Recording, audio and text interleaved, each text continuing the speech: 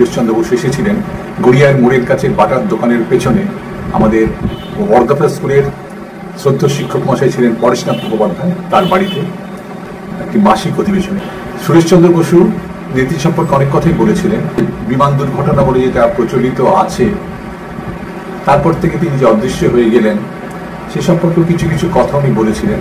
এটুকু মনে আছে, প্রশ্নোত্তর পর্বে একজন জিজ্ঞাসা করেছিলেন যে উনি যে জীবিত আছেন তার প্রমাণ কি। উনি তখন বললেন যে দেখুন, প্রতি বছর বিজয়ের পরে এখনো আমাদের রাখি পাঠায়, যেখানেই থাকুক।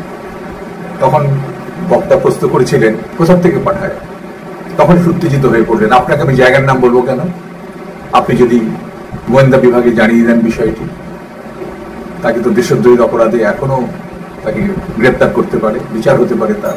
ব্রিটিশ সরকারের সাথে আমেরিকান সরকারের সাথে তার ভারত সরকারের চুক্তি আছে, সেটা এখনো বাতিল হয়নি।